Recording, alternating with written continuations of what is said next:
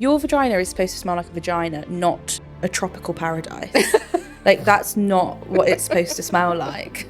I'm folding here, imagining this is like I'm inserting up. Yeah, and then I'm kind of tilting. Tilt it, that's right. And letting it open. Exactly. And I'm the first person to say that people shouldn't be learning about their periods from some random girl on the internet. Yeah. But they, where else are they getting it? Because it certainly isn't in school. That's been a fantastic piece of propaganda that's been peddled for generations Women and generations. Are so complicated. We just couldn't possibly understand them.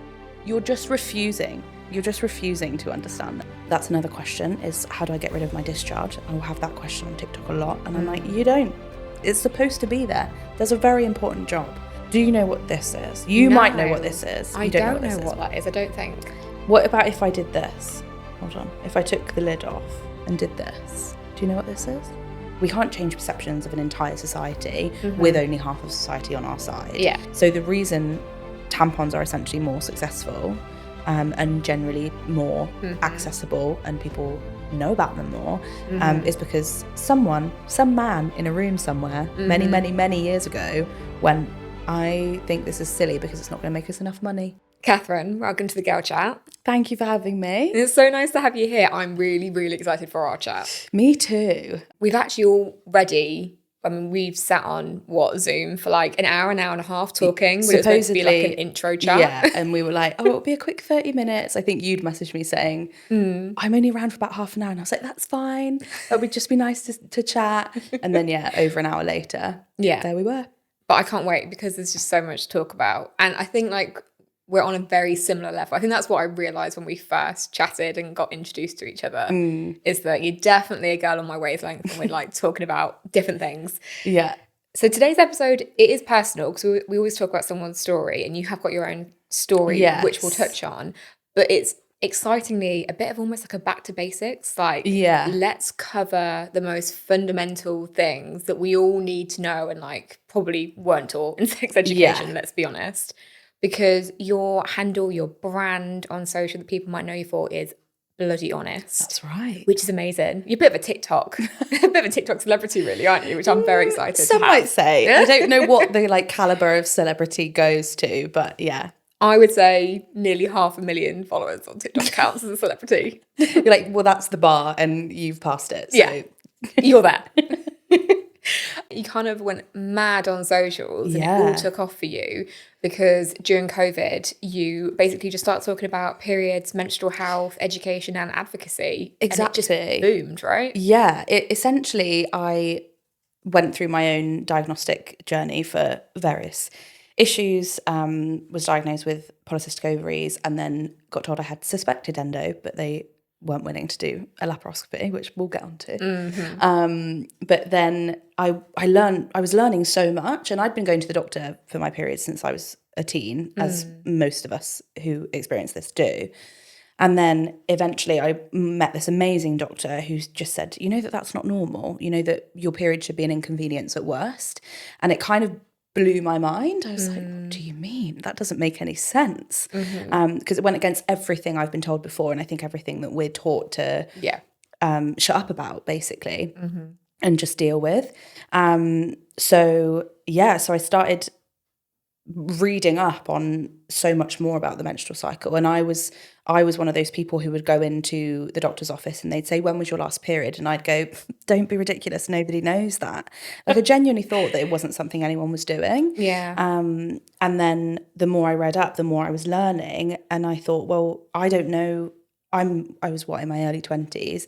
I said, well, if I don't know any of this, there's going to be so many other people out there that don't either. And kind of everyone's still just as much in the dark. Yeah. So I just started talking about it, and it just started on Instagram, generally trying to have conversations about periods and bring it to the forefront of people's conversations, because nobody was really, there's not that many of us doing it now, but certainly nobody was really doing it then.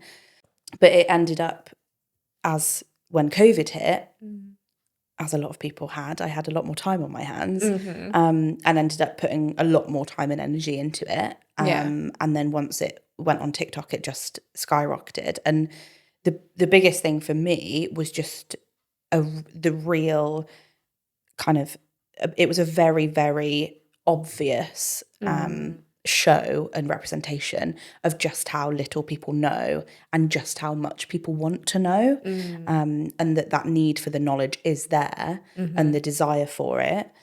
They're just not getting it. And I'm the first person to say that people shouldn't be learning about their periods from some random girl on the internet. Yeah. But they where else are they getting it? Because it certainly isn't in school. No, and that's the way of the world, right? And almost, I mean, like, not to make myself sound too old, but back in the day when I was in secondary school, and we had the woeful sex education where you might have put a tampon in a beaker, or the only thing I remember in sixth form is being told, like, well, I'm not going to say taught, because I didn't actually teach us how to do it, just being told I needed to put a condom on a banana. Yeah. Like, that's the only thing I remember. But we had Facebook, like Facebook was huge. That was a thing. Everyone was on Facebook. But I don't think there was Instagram. There definitely wasn't TikTok. No. But like Facebook was the only thing, and there was no way that there was any content that I ever saw. The thing about education as well that I always say, and when we're talking about periods and RSE, so relationship and sex education in schools, is that if you don't remember it, it wasn't good enough. So ultimately, if that's the education that they are giving you to set you up for life, if you don't remember any of it, or you remember one part of it, for example, putting a condom on a banana, it's not good enough, especially when it comes to periods, because generally speaking, you have one 30-minute chat when you're about 11, and that's it. That's it for the rest of your life. I remember leaving that conversation thinking that you have one period, that you hit puberty, you have one period, and that's it. One period for your entire life. You have one period, and then it's over, and you don't have it again. And I was like, well, what's everyone making such a big deal about? That's fine. Oh my God. Yeah. And obviously isn't the case. It's so damaging, the lack of education, and we're doing young people such a disservice by not sharing sufficient and holistic education around all of RSE, but especially periods and menstrual health, because it can, in some very extreme cases, become ultimately life or death. Yeah. When it comes to, it's what I think 3 of the 5 gynecological cancers present symptoms in your period or in your menstrual cycle. If you're not aware of what is and isn't normal, and you're too nervous to even talk about periods, let alone go to the doctor about it, why would you ever go? Okay, let's start with the education then. We're going to start with the menstrual cycle, because it's very easy to assume that, we all know what our 4 phases are. Yeah. We know how, like, what actually happens in the menstrual cycle. We know that we're going to feel different potentially in those 4 phases. But like you've seen on your socials, across the socials of the podcast, I've really started to see that as well. And I have to almost remind myself that you can't just assume anything. Yeah. We shouldn't make assumptions that there's any kind of base layer of education, really. Yeah. So if you were to break down the menstrual cycle, how would you kind of break it down in the simplest form? I think also, quickly before we get into that, a really good point that you just made is people asking about ultimately quite rudimentary things that we as people within the industry are really aware of, but it's so easy to forget what you once didn't know. Yes. So one of the most common questions I used to get on my TikTok was from teenagers was how many holes do I have and which one is my vagina? And I just think if that's the level that we're at, where people don't actually know what the holes are, where they are, which one's which, I think that's how basic the education is leaving the young people of our society. That is terrifying. I know. Yeah, it's really sad. And that's really not sad. to blame the individuals asking the questions. No. I'm really glad they are asking the questions. It's absolutely not a personal failure. It's never a personal failure. It's a systemic failure of ultimately, to me, everything boils down to the stigma perpetuated by the patriarchy. Thank you very much. But the stigma is the root of everything, whether it's the lack of funding, lack of research, poor education, inaccessibility to employment and work and all of those areas. It all stems from stigma. Yeah. So we have 3 holes. We have 3 holes, and they are the urethra, the vagina, which is the inside, not the outside, folks, and the anus. Yeah. I always call them the period and pleasure, or the poo hole. Love so that. You've got your 3/4 Ps. Yeah. But yeah, and the vagina is not the outside. The outside is the vulva. So when we talk about the vagina, we actually mean the internal canal. And one thing I think often people don't realise when it comes to the vagina is it's not sort of a solid tube. You've got I describe it, and I often see it described as sort of a baggy tent.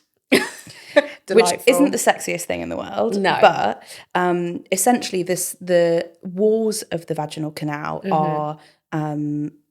aren't tight, they're not taut against the walls. And it's as if you put up a tent very loosely. And the fabric is there, but it's easy to push out and in. Yes. So when, ridiculous people are like, she's got a massive fanny, it's all a load of bollocks. Right. Am I allowed to swear? You can say what you want. Okay. That's good. That's good to know. It's all a load of rubbish. So when people are looking at different sizes of tampon or different absorbencies of tampon, and they're, back in school, people might have been laughing at people using a super tampon or an XL tampon, whatever. It's got absolutely nothing to do with the size of your vagina. It's only to do with the heaviness of your flow. Yeah. So those are our 3 holes. Okay, fab. And they do 3 very different functions. Very different functions. So urethra, and that's why you can pee with a tampon in, to anyone who is not aware. Has that been a shock to some people? Yeah. Okay. I think it's often, unfortunately, and obviously, I think it's not unexpected that it's men, cis men, that are usually asking questions like that, because they just don't know. And this is another thing, is that if we are going to positively change perceptions and our understanding of periods, we have to involve everybody. We can't just be talking, we can't change perceptions of an entire society with only half of society on our side. Yeah, absolutely. And actually, not even half of society, because a lot of women and people who period still carry a huge amount of internalized stigma and shame around their period, and hold the same prejudices that cis men and people who don't period do. And I think to me, we kind of need to rethink how we bring men into the conversation. And it needs to become, okay, come in, what questions have you got? What have you always wanted to know? Because at the moment, a lot of people are doing a kind of in the camp of, okay, well, I'm just going to set this man up for ridicule, and laugh, and show how silly and unaware this man is, when that's not helpful at all, and it doesn't make men want to join in. They just think they're going to get laughed at. Like, yes, it's funny when a man says, "What flavour tampon do you want, the lemon or the lime?" But it's not. It's also an educational moment to say, what questions have you got? What have you always wanted to know? Yeah. I recognise that you haven't been involved in these conversations before. Nobody's told you about this. Now's the time to kind of bring them in a safe space and have those conversations. But in the same way that we wouldn't want to apply shame or embarrassment or anything to the young women that are asking those questions of how many holes do I have and what do they do, we shouldn't apply it to the men of today either, because they've had the same lackluster sex education that the girls had, and there's the separation, all sorts. Okay, so 3 different holes. Urethra 3 different holes is obviously urine. The pleasure and period hole, that's your vaginal canal. And then you've got the anus, which is the poo stools hole. and poo. Yes. So in terms of menstrual cycle, we start at menstruation. Yes. What happens then? Yeah. So the menstrual cycle is, and I'm definitely going to caveat this by saying I'm not a doctor, I'm not a academic, I'm not a researcher in biology or endocrinology, but I do have a pretty well-rounded understanding of the menstrual cycle. So your menstrual cycle, as we know it, is actually made up of 2 separate cycles. So you have the ovarian cycle, which is to do with your ovaries, and then the uterine cycle, which is to do with the uterus and the womb. Now, for sake of ease, generally speaking, when people are talking about the menstrual cycle, they're talking about a combination of phases from both of those cycles that are the most relevant to us in our lives and in our kind of daily, monthly lives. So it starts, day 1 of your cycle is the first day of your period. You then have menstruation, which is one of the uterine phases. Then you have the follicular phase, and the follicular phase technically actually spans all the way from the first day of your period to ovulation, because that's part of the ovarian cycle, right? Yeah. Stop me if I'm getting too complicated. Following so far. It's a podcast, so I feel like I can't give people a diagram and be like, this is what it looks like. So you then have the follicular phase, which leads up to ovulation. Ovulation is a key stage in both the uterine and the ovarian cycles. Yeah. It triggers hormonal actions in both cycles that are significant.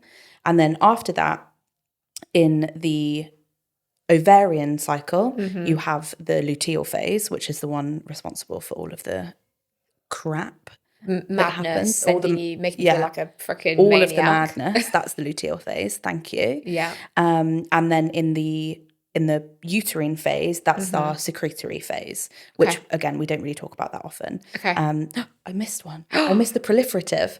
So in the uterine phase at the beginning, you've got menstruation. Yeah. Then you've got proliferative. Okay. Then you have ovulation, which is when we release an egg.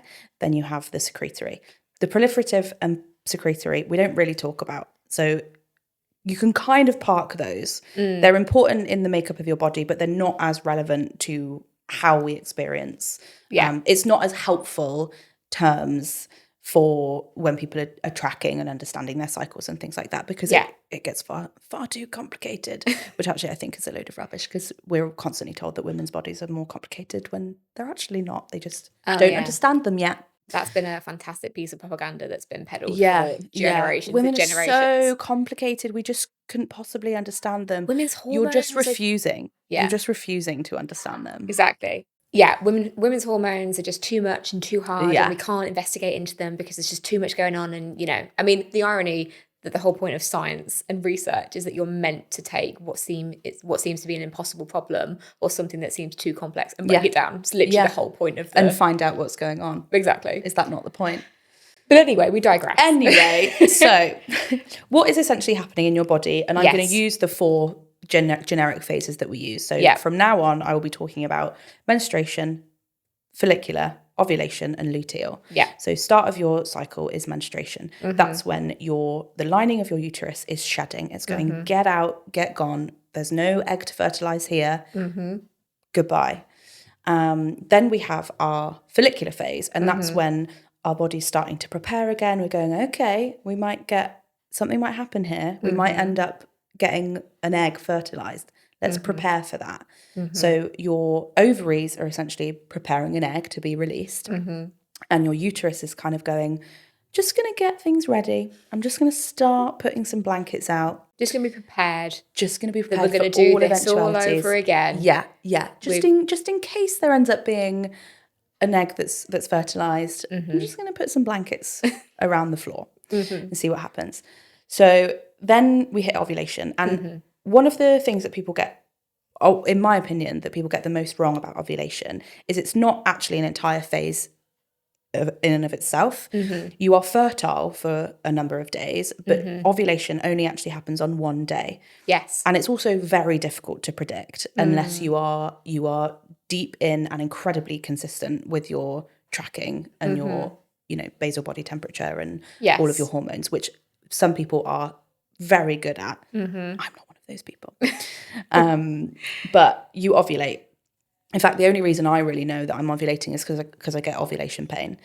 That's another thing. It's quite normal to feel a slightly sharper, more acute pain around ovulation that is an inconvenience at worst. That is kind of, by the by, you might notice it and be like, oh, fine, just popped an egg out. Low level. We clock it. We acknowledge it. Yeah, but we can carry on with our day. Exactly. Almost like an itch on your arm, and then it goes, and then you're like, fine, great.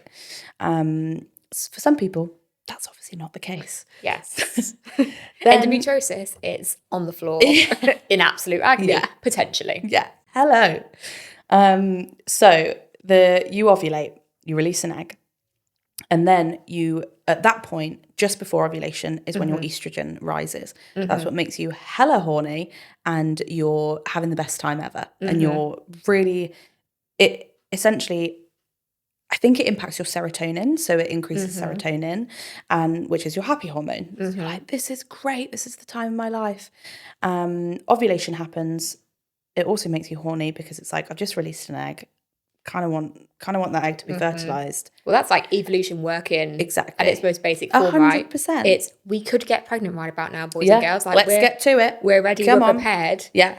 You know, some women, there's been some studies to say that women pick different kinds of clothing because they like instinctively want to look sexier, or that actually sometimes faces can become more asymmetrical and like hair can become glossier. Yeah. So it's all those evolutionary signs to be like, attract a mate. Let's go. Like, let's come get it on. Yeah. I'm glad that that's what we have shinier hair to attract a mate instead of like doing the bird dance that they do on like David Attenborough. But yeah, so that's when you feel horny. That's when you want to get it on. You also, things like your cervical mucus and discharge changes, which is also so normal, by the way, folks. That's another question is, how do I get rid of my discharge? I will have that question on TikTok a lot. And I'm like, you don't. It's supposed to be there. Does a very important job. Yeah. And there's nothing wrong with it. There's nothing wrong with it. There's like, nothing wrong with it. Don't get me wrong. That day of the month where I'm in the office or I'm at work doing something, and then it feels like it feels like you could have just wet yourself. Like a slip and slide. Yeah. But you haven't. And you're like, oh, this is fantastic. Like I'm out for the day. This is fabulous. Brilliant. Yeah.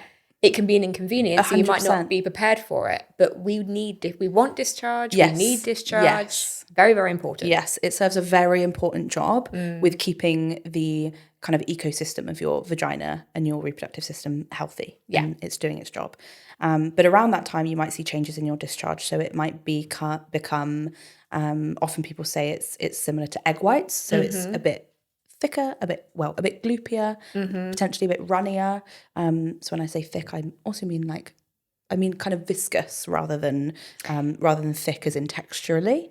Yeah. And it's usually clear as well. That's most often what people tend to see around ovulation. And that serves a purpose of, if you are trying to conceive, it helps get the sperm to the egg. So that's ovulation. Then we have the luteal phase.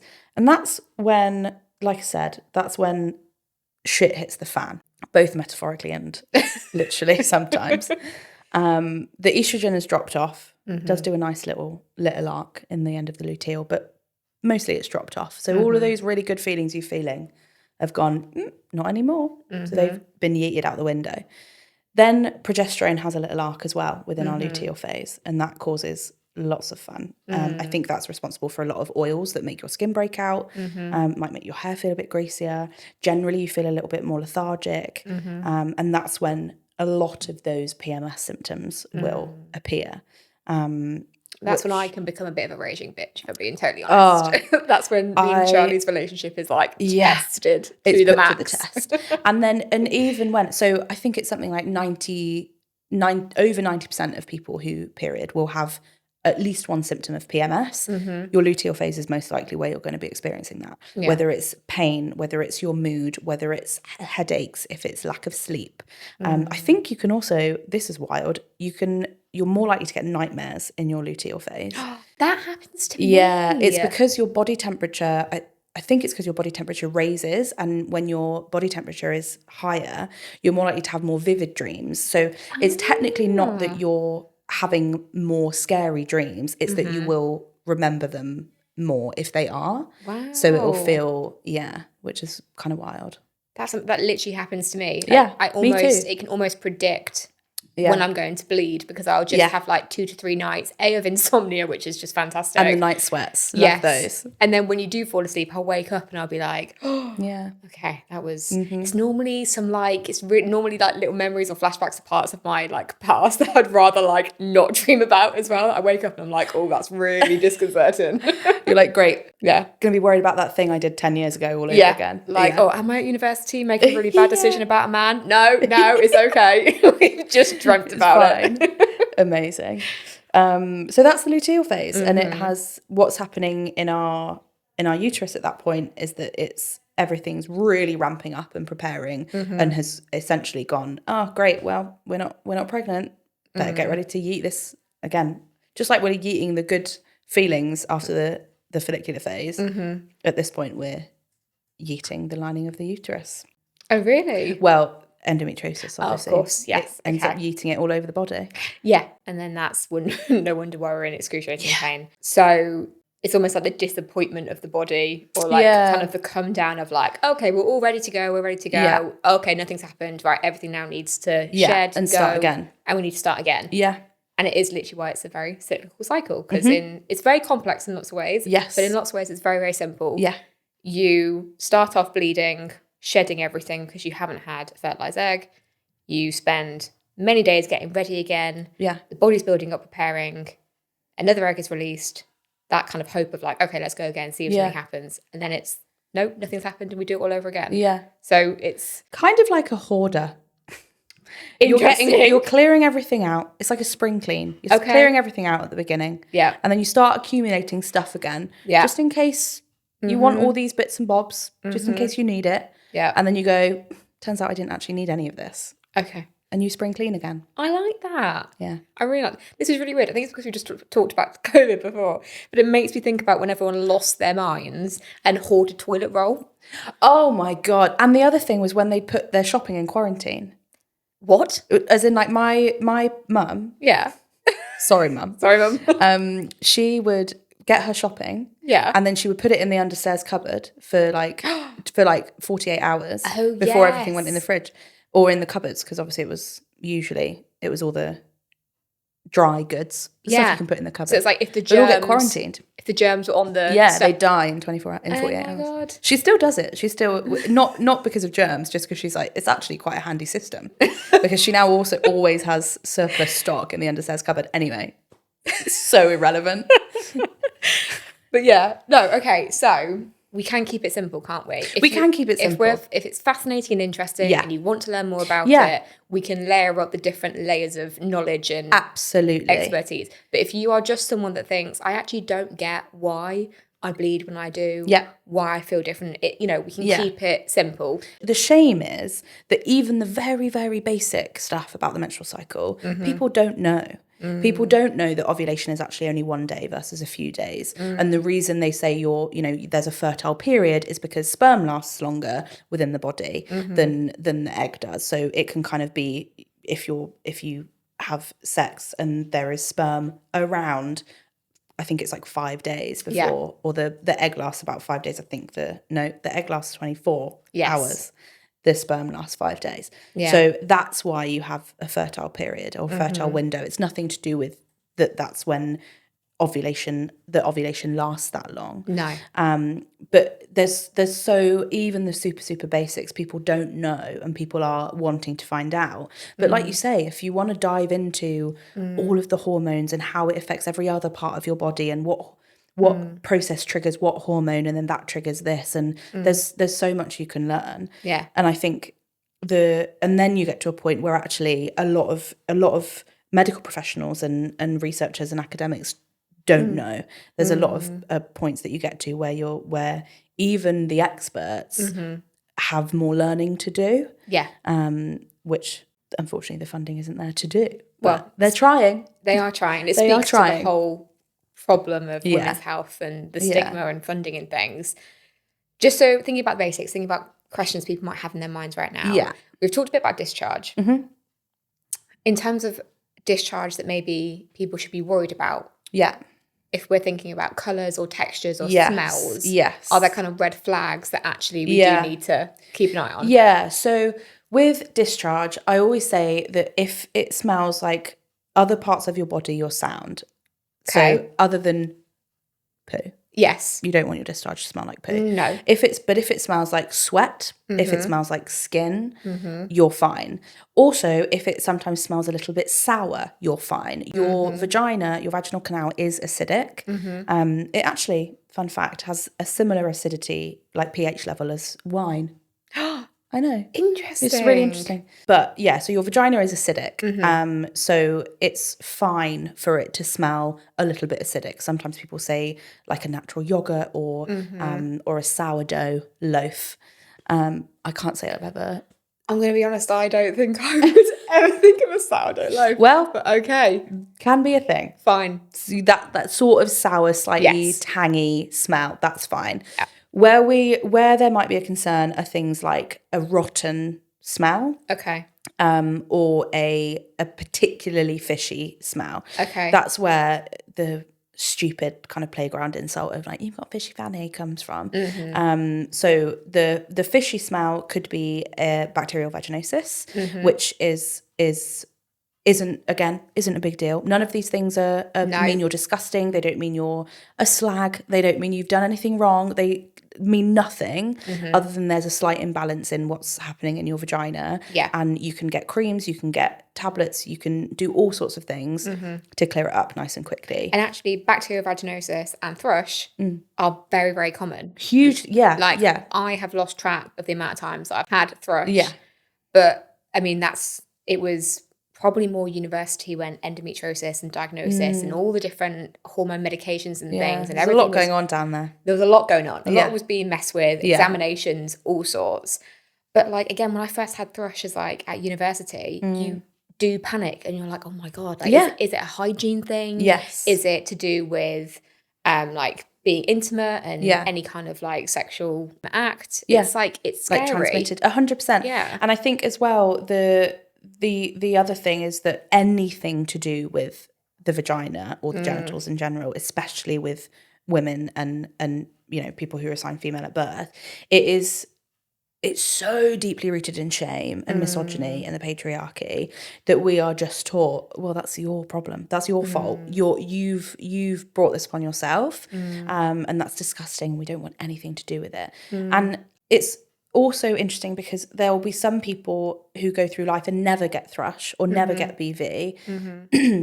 And there's other people for whom it is a really regular occurrence. Some people it can be cyclical, so it can be related to their cycle, because when you menstruate, you are lowering the acidity of your vagina, right? And it should be acidic. It should be a healthy vagina is acidic and moist and, you know, all the other good stuff. So when your period comes in, if people are using tampons that are too high of an absorbency for them and dries out their vagina, that's not a happy vagina. If they are, you know, the blood in itself is lowering the acidity of the vagina, of the vaginal canal. So there's so many things that are completely out of your control. Some people are more susceptible to them, some people aren't. It's nothing to do with, there are things you can do to lower your risk or to, you know, to keep a slightly stable, more stable environment down there, one of which is not put soap in your vagina or use a vaginal wash. Oh my God. And the amount of products that are on high street shelves. Have you seen the vulva deodorant? Oh, tell me. I think it's Femfresh. I think it's, a vulva deodorant. Yeah, like a spray. Oh God. Your vagina is supposed to smell like a vagina, not a tropical paradise. Like, that's not what it's supposed to smell like. Oh no, it's just... And actually, the amount of, and again, lack of education and knowledge, and no one talks about this, and the amount of products that are just shoved in women's faces to be like, you really need this. Like, actually, every part of you needs to smell fantastic. Yeah. Every part of you needs to look perfect and be completely aesthetically pleasing. Yeah. And it's just not realistic. Yeah, I mean, like, douching, any kind of cleansing down there. And it's all rooted in shame. It's all rooted in shame and just stigma. Leave it alone. Obviously, talking about discharge or smells and when things are wrong, obviously need to go and seek medical attention. But generally, leave it alone. If there's something when it comes to discharge and smell, I think so. The other thing with discharge is if it's kind of a greeny color, if it's really, really dark, that can sometimes mean there's sometimes some sort of like blockage or something. Okay. But ultimately, if it's really bad, if there's something happening that needs attention, which you'll probably know about it. So the smell will be significant. And but like I said, if it smells like a body part, that's fine. That's what body parts smell like. That's what body parts with creases and folds and flaps smell like. Like that's just what it is. We're taking a quick break to say thank you to today's sponsor, BU Period. When it comes to women's health, I'm obsessed with all things holistic and natural. My go-to product is BU's pain relief patches. The combination of menthol and eucalyptus is pure bliss when an endo flare hits. Whether it's pelvic pain, back pain, leg pain, or anything else, they give me the instant and long-lasting relief I need. And you can even set up your own subscription so that you never run out of natural pain relief. If you want to get your hands on BU's patches, you can find the link in the show notes. And make sure you use the code INJAP10 to get your exclusive listener discount. Now let's get back to the girl chat. And in terms of menstrual blood, because there can be a lot of variation with colours, consistencies. We know that small clotting can happen, and that can just be part of a period. But I often talk, especially on this show, about big clotting is a red flag for lots of the conditions. When we're talking about, something bigger than a 10 pence piece, people have talked about oranges, golf balls. That's also a red flag. But in terms of the colour of menstrual blood, again, I think there's an assumption that it's got to be almost this perfect, I call it like red. Prostitute red lipstick colour. Amazing. Love that. But I don't think it is for lots of women. 100%.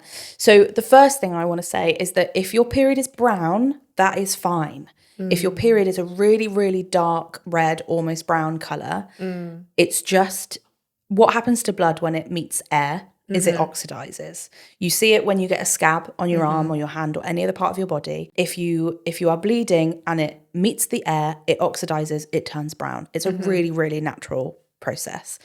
So if your period is brown, and it usually happens at the very beginning or the very end of your cycle, most often, it's just because that blood has been around the air a bit longer, whether it's taken longer to come out of the vagina rather than it being so often when your flow is lighter, which is why I said it tends to be at the beginning or the end, because I say that it's the blood that needed a little bit more oomph to get out. It just needed to take a little bit longer, and as it's come through the vagina, it's like mixed with the air and then it comes out.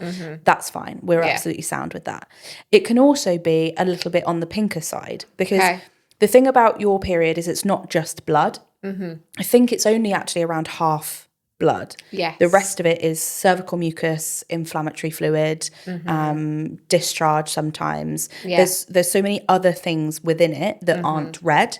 So if you see a slightly lighter red, pink colour, that also could be absolutely fine, because it probably just means that the actual blood content of that bit of your period is less, and then all of the other stuff is making up a bit more. It's like diluting squash. It's going to be lighter the more of the water is diluting the colour, right? So those are the things that are absolutely fine. Obviously, bright red, absolutely sound. That generally is just a pretty easy, steady flow.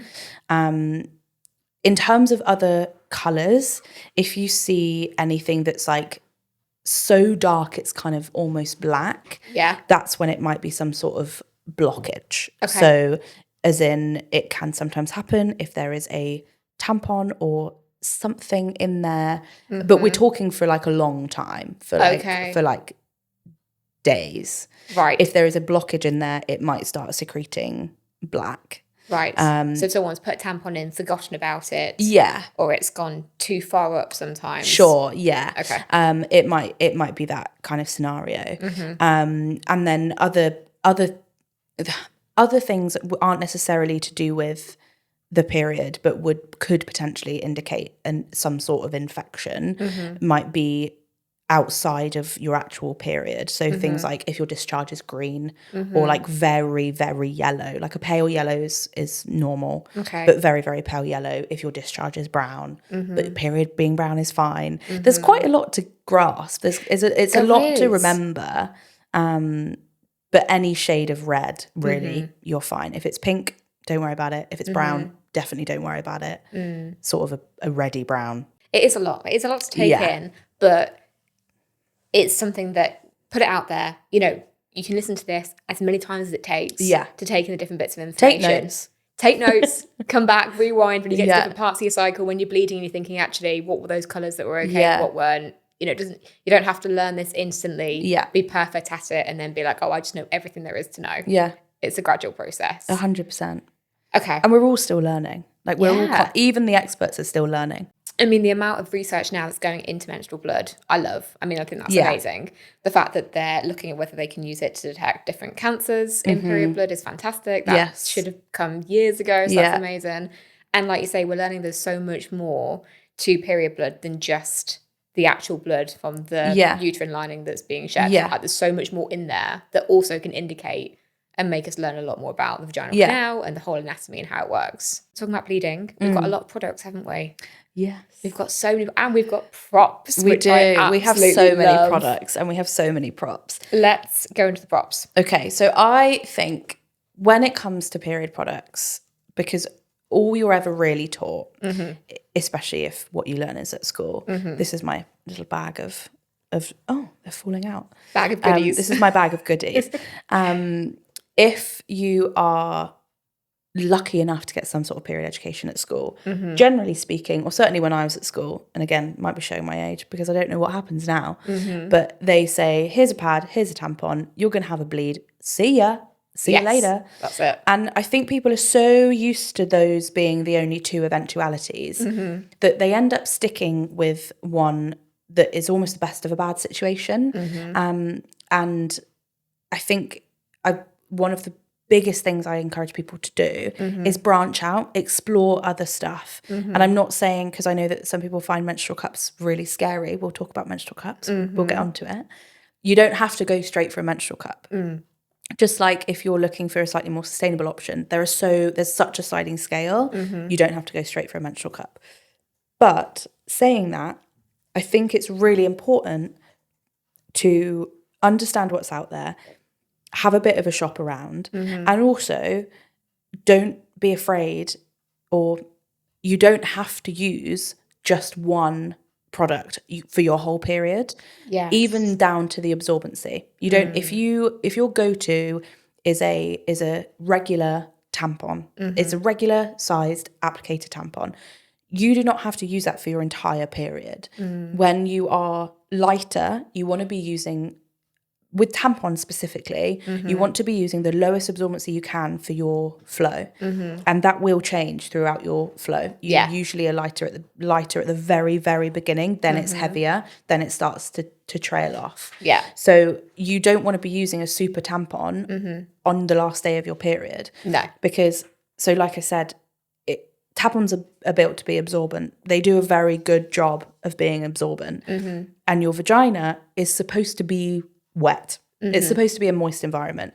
So the more absorbency there is there, if you have a high absorbency with a lower amount of blood in the vaginal canal, it's going to be absorbing all the other good stuff as well. So it's going to be absorbing all of the cervical mucus, all of the vaginal discharge, all of that kind of stuff that's keeping your vagina healthy.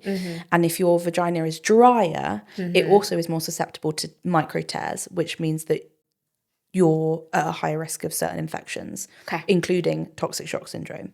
So the bogeyman of periods, it's like very, very scary. Everyone's very scared of it, which is fair. It can be fatal. It's a very serious condition.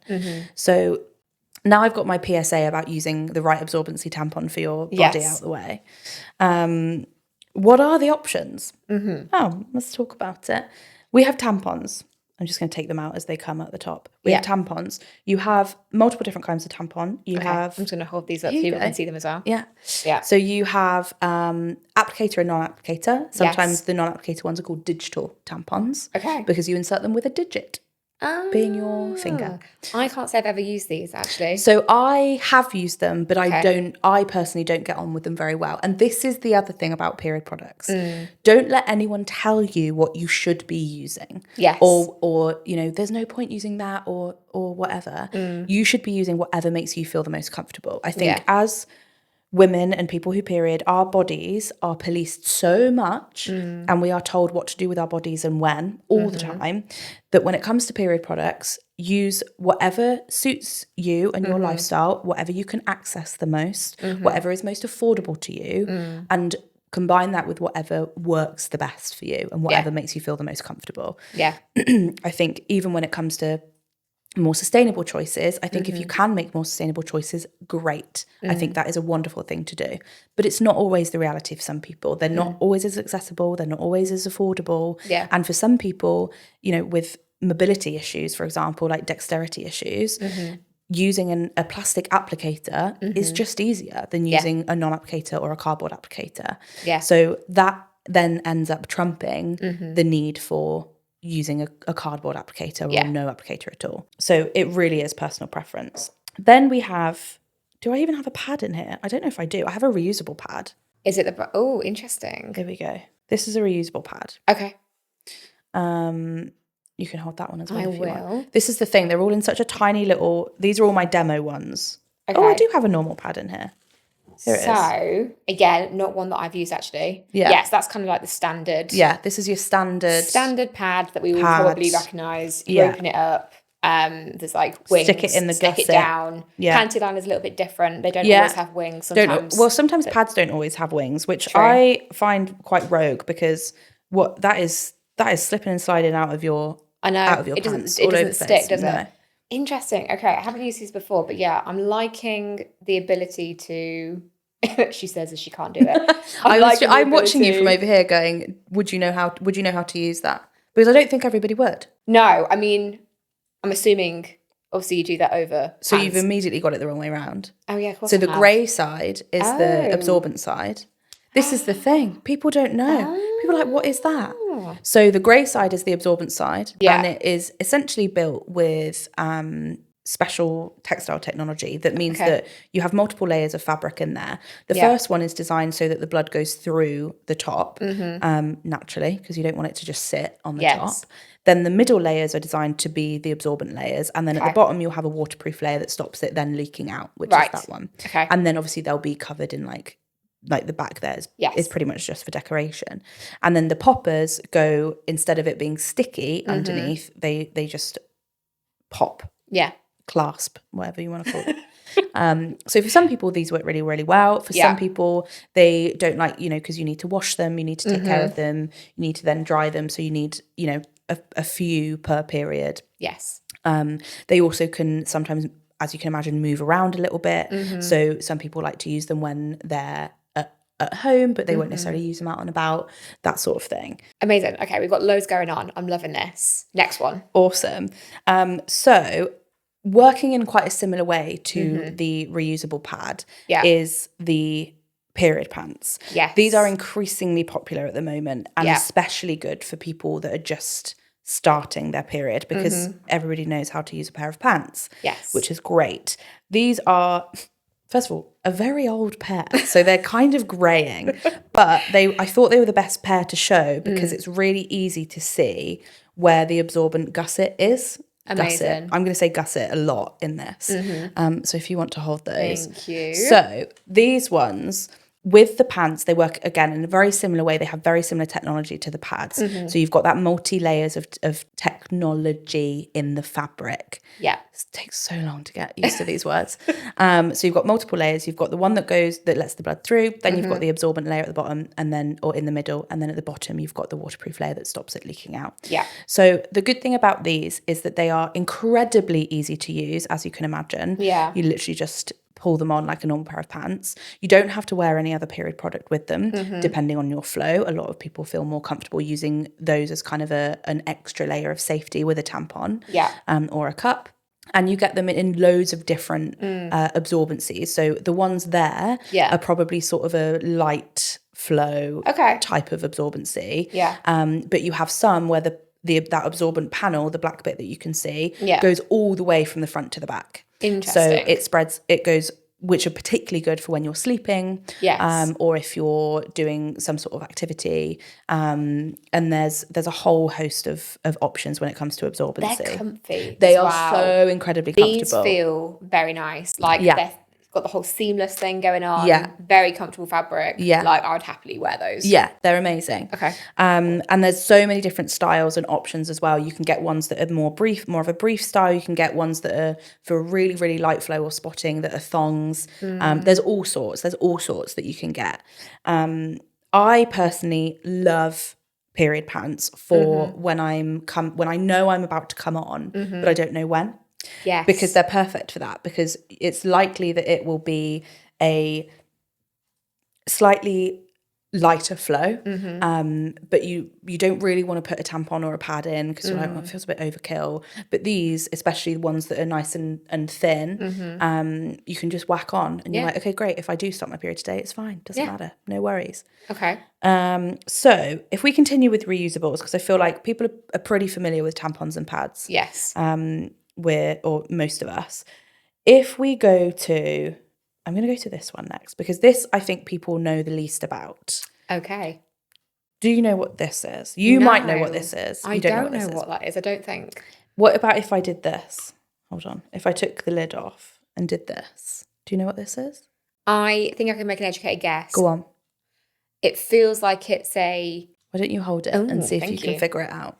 It feels like it's a reusable version of the plastic applicator for a tampon. That's exactly right. Amazing. So these I actually think are brilliant innovation, like really, really good. Because for a lot of people... I get it. Are you getting I totally get it. That's so simple. Here you go, have this. That's actually and then see if you can. incredibly satisfying. Without saying anything, I'm going to see if you can figure it out, because I think, is it too big to go in there? No, it's fine. No, it's okay. Great. So I personally would insert there, get it ready. Yeah. And then obviously this is going in the vagina, and then to gently bang press, on. Whoop, and she drops it. Don't worry about it. It doesn't even matter. So what I think is so brilliant about these is that they are, so for anyone that's only listening and not watching, it's essentially a reusable version of a tampon applicator. So you have a barrel, I like to call it, which kind of contains it with the little slits at the top. Then you have the plunger. Yeah. I suppose. So, but they are detachable from each other. So you can remove the plunger from the barrel, you pop a tampon in the barrel, and then once you've kind of put the plunger back in place, it works exactly the same as a normal applicator. Yeah. And there's even a little hole for where you put the string, so that doesn't get stuck. Because that's a nightmare. Oh yeah, huge, absolute nightmare. And it means that so that you don't, it is left out essentially. So that it's obviously on the outside of your vulva. So the reason I think these are so fabulous is that so many people want to make more sustainable choices, but like I said earlier, are really, really reliant on applicators, whether it's because of vaginismus that make, inserting tampons really painful, and actually plastic applicators are a lot kinder, basically, to people with vaginismus, whether it's that dexterity thing in terms of it's actually quite difficult to get it in. There's so many reasons why, and also people might just prefer using an applicator versus using their hand. Yeah. And I think what is brilliant about this is that it enables people to make a more sustainable choice. They can use exactly the same brand of tampon they've always used. They just need to get the non-applicator version, and then they can still use an applicator, and it's a more sustainable option. And I'm assuming that with that applicator, you can use different size exactly. tampons. So yeah, when you have to change this one I think is a super that's plus a super that you've just demoed this with. Yeah. So you can use any size. Amazing. Which is brilliant. And I think the best way to get people and encourage people to make more sustainable choices, should they want to, and if they're able to, is to make it really easy and super familiar, because not everybody's going to go straight to a cup and be like, that sounds great. They're going to look at this and be like, terrified. Yeah. So that's how you do it, is go, hey, you can still use an applicator, just use your reusable one. Yeah. And people are going to inevitably be like, but how do you clean it? Is it not dirty? This specific one, I don't know about all of them, but this was one of the first ones on the market. They are made from an antibacterial micropolymer. Interesting. Which essentially means it's that the plastic that's used is in itself antibacterial. So all you need to do is rinse it. Perfect. You just rinse it with water, you put the cap back on, and you're good to go until the next time you need it. And the cap's so handy because then you just pop it in your bag. I was about to say, and it's hygienic and it's protected and you don't need to worry about it living in the bottom of a handbag. Exactly. Okay. So that's a reusable applicator. Fab. One of my personal faves. Yes. Let's move on to the menstrual cup. I actually love a menstrual cup. I also love a menstrual cup. I've only loved a menstrual cup for about 3 months since I came off contraception and I'm now actually having periods again. I have never, before being 28 years old, ever used a menstrual cup before then. No, question. When you first started using a menstrual cup, did you feel a little bit like a superhero? Did you feel a bit like you were like, I think I could conquer the world. This is amazing. When I first used a menstrual cup, it actually made me think, how the fuck have I managed to use tampons Without for years? Because I cannot get this right. And then and when we talk about this, it will make sense. As soon as I got the pop, as soon as I got I could tell the internal release was popped. I was like, oh my God. I've nailed this. Yeah. I do think, I'm not being dramatic, I think it changes people's lives. Oh my God, I remember my sister started using menstrual cup before I did when I was at uni, and I was like, that's so weird. Like, why? That's so bizarre. Because we're so conditioned to think that anything that goes in the vagina has to be disposable. Like, you have to throw it away because it's dirty and it's sinful, which is utterly absurd, obviously. And then I started using one because I thought I'm not about, again, I kind of came to a crossroads where I was like, I don't really love pads. I don't really like tampons that much. There must be something else. Like, I'm just settling on one of those two because you feel like you have to. Yeah. So I started using a menstrual cup, and I honestly felt like a superhero. I felt like a superwoman because I was like, this is incredible. Because the good thing about menstrual cups is that you can wear them for up to 12 hours. They're safe to wear for up to 12 hours. Yeah. And all you do, so ultimately a lot of that kind of, depending on your flow, of course. But that means that you can kind of, generally speaking, pop it in the morning, go about your day, change it before you go to bed. That's it. I'm on my period right now. It's day 3 for me, and I put my cup in this morning, and I literally won't have to even think about it until, I mean, if I want to just be doubly sure, I might check around dinner time, but I could definitely leave it until I go to bed and just change it for bed and then sleep all the way through, and I'll be absolutely fine. 100%. And I've never been able to do that. Ever. Yeah, it's amazing. What's also wild that often people don't realise is that menstrual cups have actually been around longer than tampons. Oh my God. So they were, I don't know, I'm going to get some of the exact, I'm paraphrasing here, so don't quote me on this. But I know that they were around before tampons, and essentially they attempted to, the woman who invented them, the woman who invented menstrual cups, tried to sell them to a, multinational period product company. And they refused because they recognized that it's not something that people would need to buy every month. So for capitalism and consumerism, they went, that's the most important thing. Yeah, they went, no, we're not going to do that. We're not going to bother buying that. So the reason tampons are essentially more successful and generally more accessible, and people know about them more, is because some man in a room somewhere many years ago went, I think this is silly because it's not going to make us enough money. Yeah, I can't sell this to women every single month and make them spend more money. So I can't get recurring money from these women. So no, I'm not going to do that.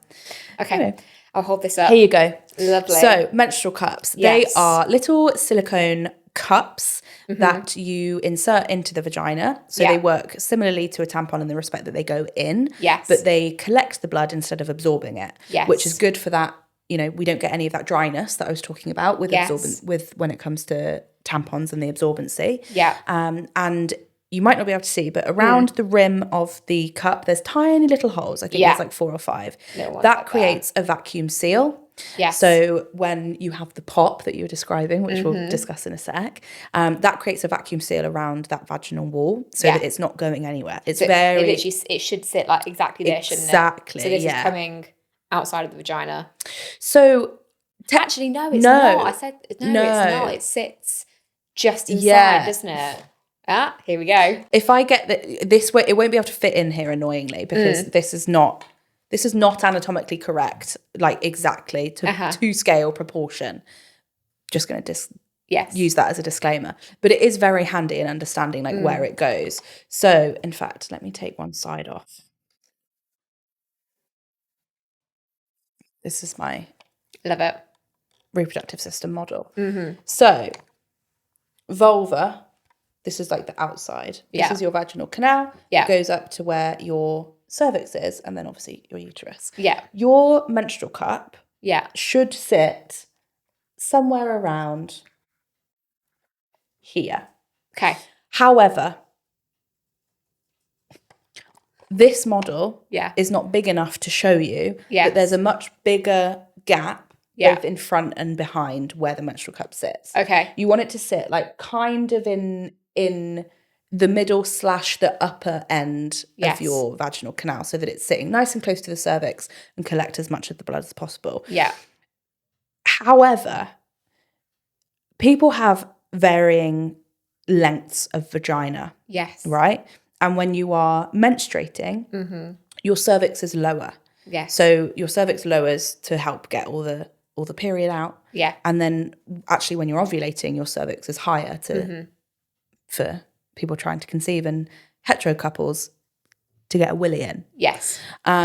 So some people don't get on with a menstrual cup, and it's probably because in some instances, it might be because their cervix is too low, or their vagina isn't long enough. Essentially, there's not enough space. Yeah. And you can measure this. You can measure this using your finger. So if you are comfortable enough doing so, you can if you insert your finger into your vagina, you can feel often your cervix, and it will feel like the tip of your nose. Just doing it. Something like that. There'll be lots of people at home now touching the tip of their nose. Yes, it is. There's a softness. But also a firmness. Exactly. And there's a kind of a mix between the two. Soft and firm. Exactly. Okay. So if you insert your finger into the vagina and you can feel the cervix by your first knuckle, you have a low cervix. Okay, so right? up to there. Yeah, if you can feel it by the second, you have a pretty average regular size cervix. Okay. Or regular length cervix. Yeah. If it goes all the way in, you have a quite high cervix. Okay. Often people with that lower kind of mid to lower range when it comes to their cervix height struggle with a menstrual cup because they can't get it all the way up. They can't get it far enough up, and so the tail does stick out, and that's uncomfortable because it's many not. Women talk about it poking them. We've had a lot of comments about that. A lot of women will be like, "Oh, it's poking me," and that's really uncomfortable. Yeah, and it's either that it's not far, and it's because it's not far enough up, and that will either be because it's not they haven't positioned it correctly, they haven't put it far enough up, or they can't put it any further up because the cervix is low, which is absolutely fine. There's nothing wrong with having a low cervix, other than it might change what period product you use. Yeah. So I, for example, have a really high cervix. I can never feel my cervix. Okay. So I'm fine. I'm just like get it on up there. But it doesn't mean anything if it's low, high, whatever. Yeah. The other good thing about menstrual cups is that they have the milliliters on the side. Yes. So this one has 7.5 and then 15 milliliters, like on sort of like a little measuring jug. Yeah.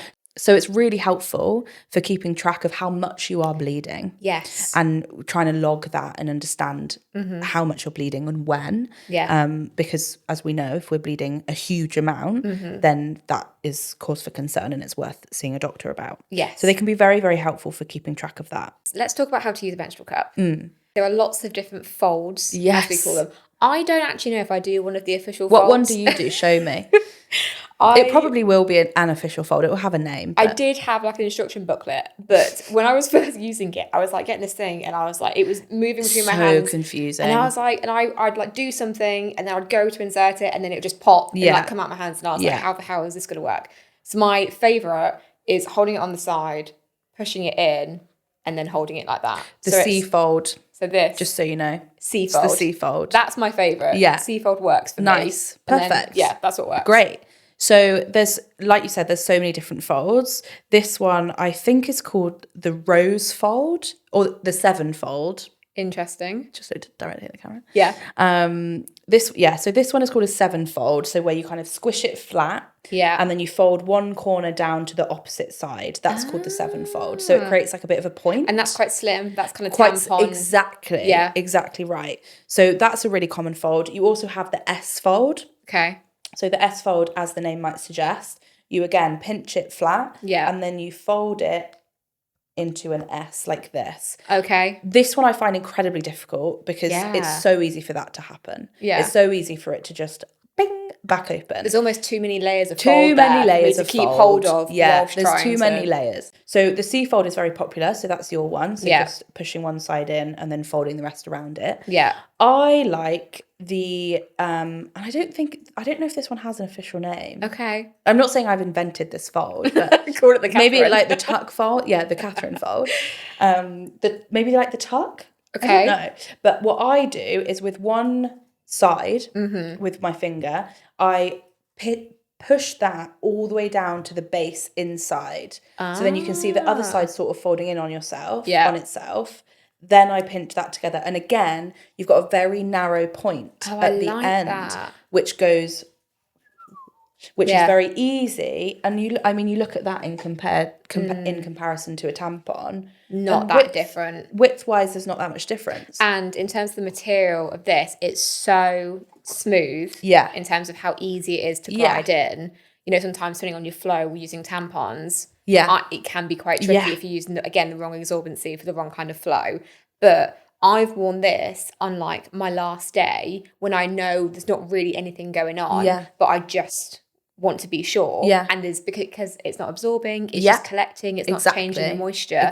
It's so comfy and it's absolutely fine. And actually I find, because obviously when you remove it, I'll then wash it in like really hot water and I'll just rinse it off. Actually, sometimes it being a little bit wet from rinsing it, again, it's really quite helpful for inserting it. Another really helpful thing for people not struggling to get them in is that the thing about menstrual cups is because they aren't absorbent, if you need to, you can use lube.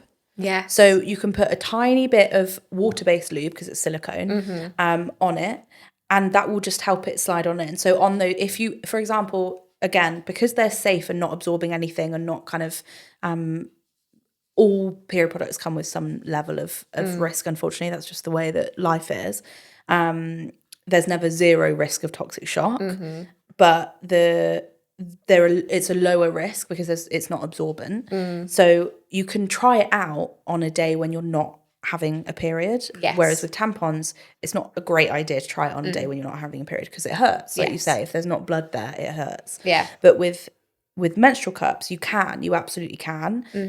And a really good way to do that is to use lube, is to put lube on it. Let's talk about cleaning them.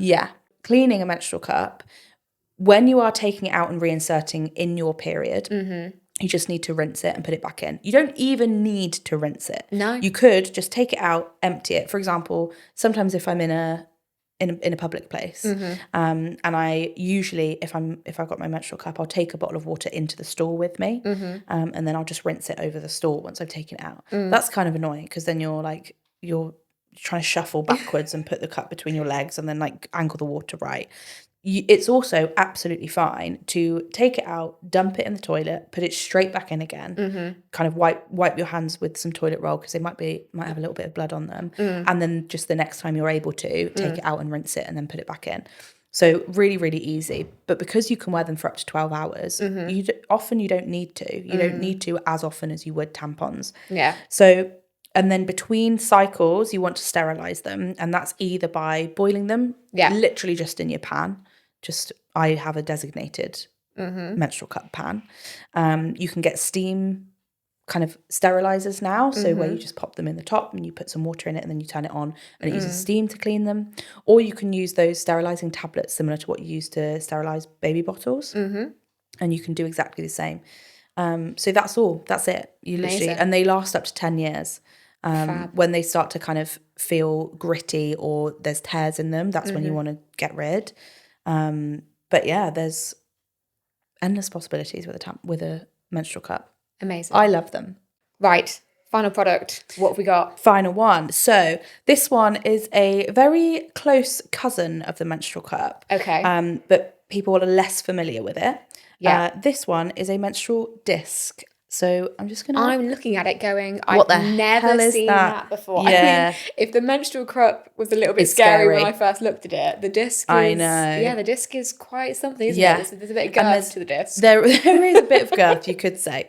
So whereas we were able to kind of squish the menstrual cup down into tampon size, you look at this and you go, how in the world is that getting anywhere? I'm just looking at the shape thinking, how do I... Yeah. Yeah, how? ultimately. So with the disc, they work in a very similar way to the cup, except they don't use suction to stay in place. They actually tuck behind the pubic bone. Interesting. So for some people that are worried about suction, I know that some people who have had a like a prolapse, for example, struggle with the idea of suction with a menstrual cup, but still might want to look at an internal reusable product.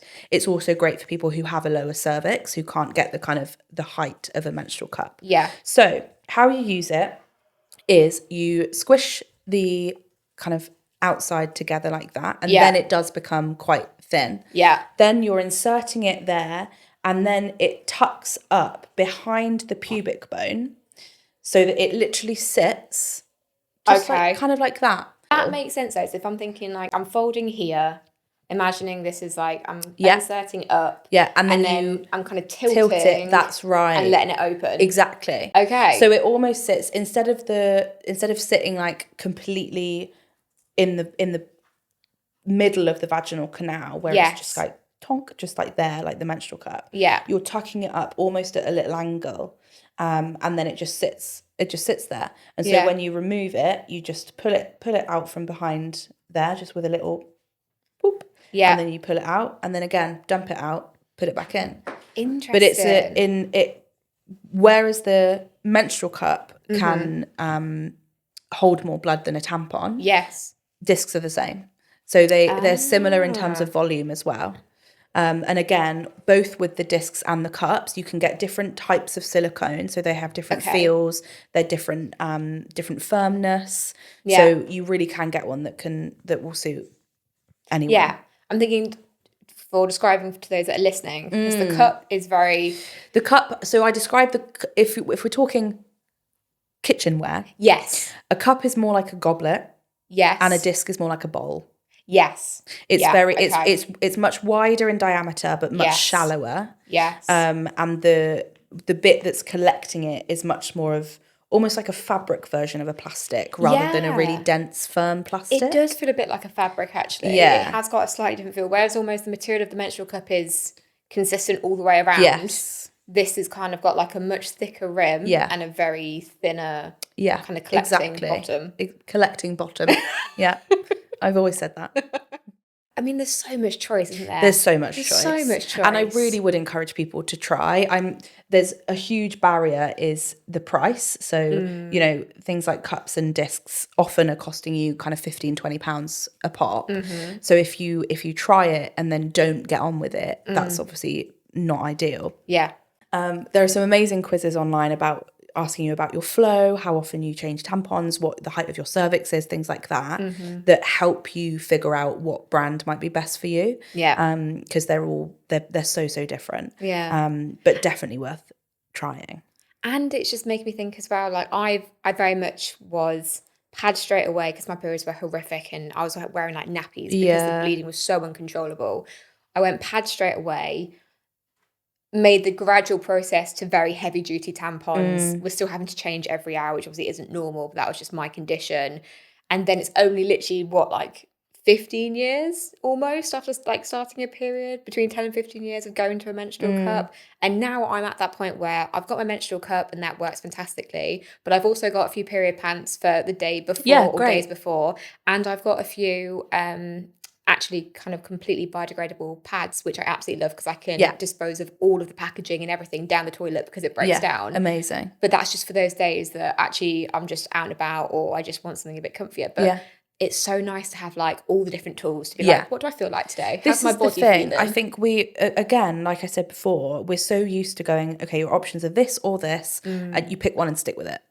And even within that, you pick one brand, one absorbency, one style, and you stick with it. And actually, the way to have to best manage. And actually, the best way to manage your period and your flow is to have different products for different stages of your period. Depending on the heaviness or whether, because sometimes people with internal products, it actually makes their pain worse or their cramps worse. So, different stages of their period, you'll have a completely different product for each of them. And I think it's actually really liberating when you realise like, oh, I'm not confined to this one thing the whole time that I'm bleeding. Yeah, absolutely.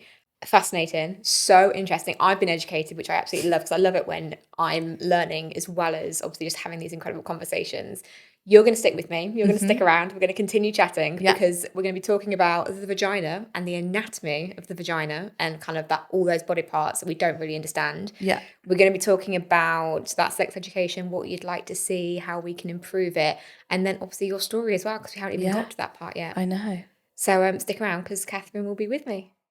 I loved our girl chat this week. Thank you so much for listening. If you enjoyed today's episode, then don't forget to hit the follow button wherever you're listening. To find out more about us or today's guest, then head to the show notes. Until next time, I'm Alexandra, and remember, it's not just a period.